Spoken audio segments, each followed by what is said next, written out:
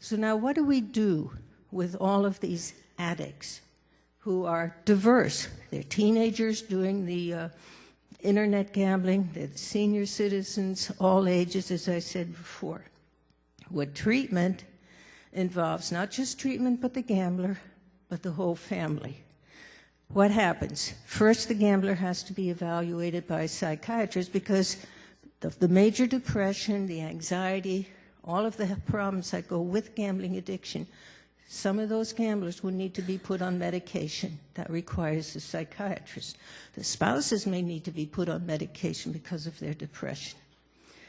Gambling is considered an impulse control disorder. That means you are aware of something, you think, and immediately the thought is gambling. 1, 2, 3.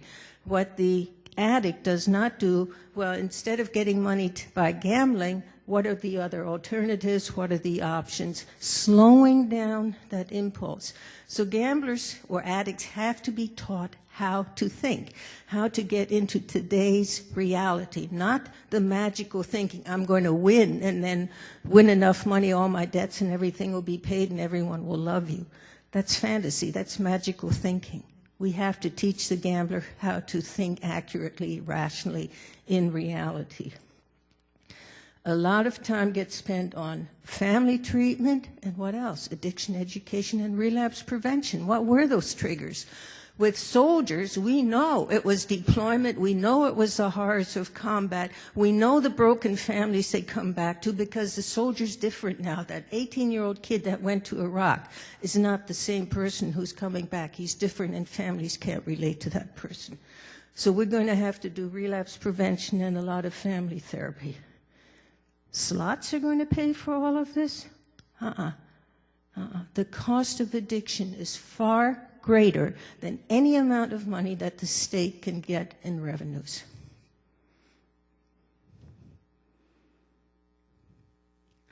I ran a residential treatment facility for compulsive gamblers for 20 years.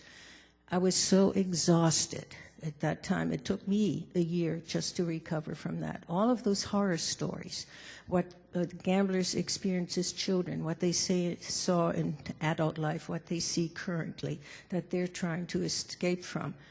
I got all of that. I got tired. I'm still in the gambling field.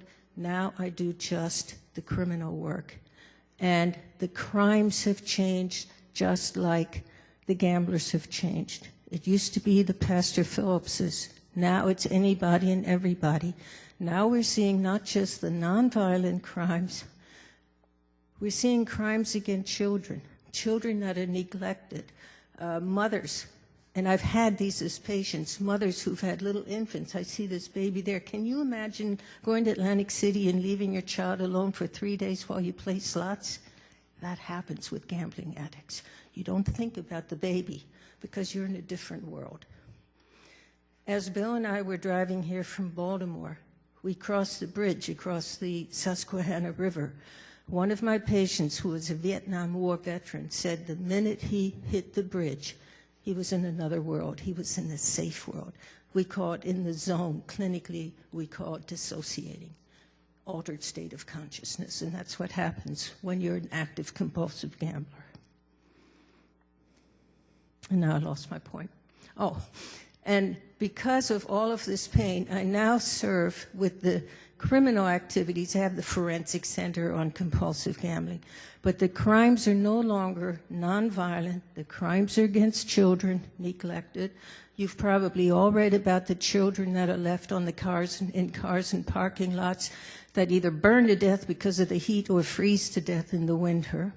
We are seeing much more domestic violence, this anger, this frustration of the gambler to get the money, knowing the wife has some money hidden, and getting to the point of physically hurting her to get that money. Robbery with a gun, breaking and entering, these are crimes that didn't happen 10 years ago, but now we hear about them all at all times. At this point, I know of 4 compulsive gamblers who've committed murders. And that scares me. It's a different arena, and the last thing in the world that we need is more gambling and more gambling addicts. And I hope you will do everything you can to fight slots in Maryland. Thank you. By the way, this was a loser. Very, very informative. We appreciate you being here tonight. Really, what I hear you saying, and maybe and correct me if I'm wrong, make sure I'm on here, I'm not.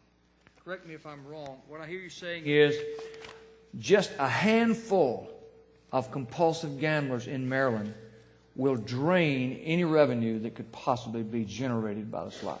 Absolutely. When the lobbyists try to convince the legislatures and the governors and everyone, look how much money it will be coming in, they're not considering the social costs, the family costs, the suicides, the health costs, and certainly not the criminal costs. All of law enforcement. I mean, those figures are astronomical. Right. Thank you so very any much. money that comes in from slot machines is going to be eaten away by the addicts. We appreciate your work. All right? God bless. God bless. Appreciate your work. Thank you very much.